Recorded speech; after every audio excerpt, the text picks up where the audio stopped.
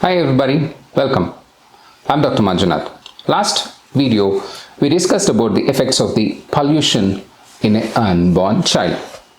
Today, we're going to discuss about the effects of the pollution in child, adult and elderly.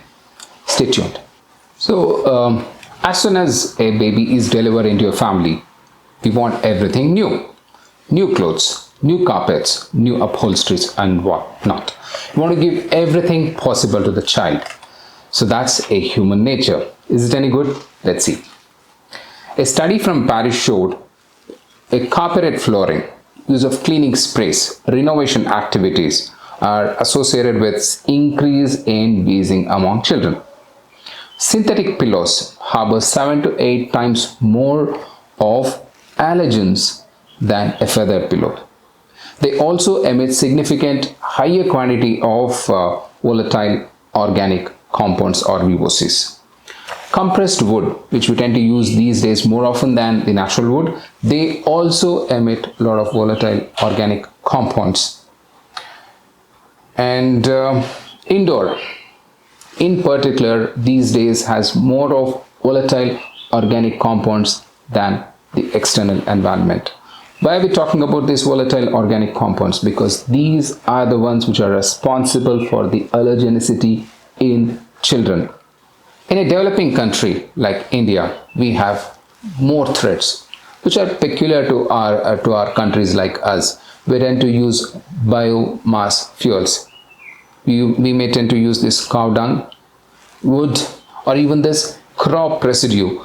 They tend to increase worsen the atmosphere inside home. And kerosene fuel, which is used in our country, also increases the risk of allergy in kids. And the burning of the incense stick or the smell of the udbatti or agarbatti which we use, these are particularly used in India and the Southeast Asian countries. They have a lot of polyaromatic hydrocarbons which are sized about 10 to 500 nanometers in size. They also contain toxic metals. A Taiwanese study was done to prove this. In India, we also tend to use this mosquito coils, the mosquito repellents. This incense material can release VOCs and polyaromatic hydrocarbons up to a tune of which is equivalent to 75 to 137 cigarette. Okay, you can imagine the amount of fumes which are releasing inside home. And the formaldehyde emission with this mosquito coil is equivalent to 51 cigarettes. That's a huge number which we need to keep in our mind. And we will look into the childhood period and risk of allergy diseases. There is a study done which is called as ISAC study, which was done in 98 countries involving 238 centers and 51,000 children were involved. This was to study the allergy and asthma involvement in children who are residing less than 50 meters radius from a main road. It conclusively proved that the allergic diseases were more among those children who were residing in less than 50 meters of a major road. And Perez et al., who did the study in Los Angeles, he said that children residing less than 75 meters from the main road, their asthma was attributable to pollution. Another study was done in Copenhagen. The hospital admissions for childhood asthma has been positively attributed to ambient levels of nitrogen in a dose-dependent manner. And similar studies were done in Perth, Australia and Athens, Greece.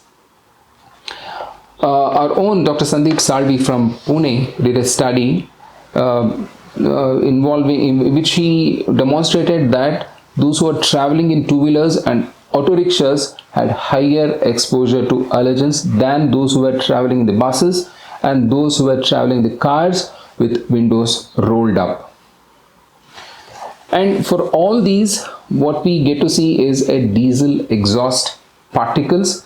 This is the one which is attributed. This is the one which is expected to cause more trouble than anything else.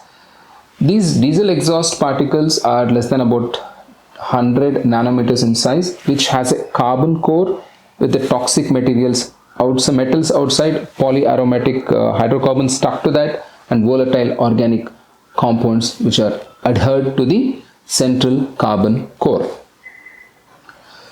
Roughly about 1 hour exposure leads to oxidative stress, which in turn lead to bronchial, cellular and mediator inflammatory response release. And there is neutrophil activity which is increased, lymphocyte activity is increased, mast cell increases in the bronchial mucosa. There is increased histamine release in bronchial walls.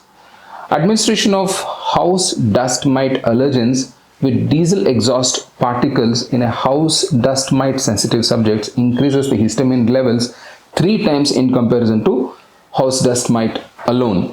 So what that means is, a person who is already sensitive to house dust mite, when he gets exposed to diesel exhaust, the release of histamine is 3 times more than that of a normal person or a person who already has the house dust mite sensitivities. So that goes to say that this diesel exhaust particles are very deadly. These are the ones which cause a lot of trouble to us. So I'll put up a detailed description of a photo of how this diesel exhaust causes trouble. This causes changes in the epithelial cells, neutrophils, T lymphocytes, B lymphocytes, capillary endothelial cells, mast cells and macrophages. All of them increasing the allergenicity in a person who gets exposed to diesel exhaust particles. So when it comes to the adults and elderly people, these people already have a lot of comorbid conditions like the ischemic heart diseases, COPDs, involvement of other organs are in particular, and many of them have had irreversible changes in the lungs.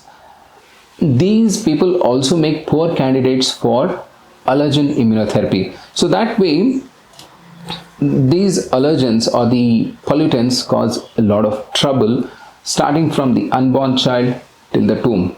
We are living with that. So I think I'll end the video for now. In the next video, we're going to discuss the epigenetics. We're going to discuss how we can mitigate the issues of the indoor as well as the outdoor allergens. Stay tuned. Bye. Don't forget to like, share and subscribe. Stay tuned and stay healthy.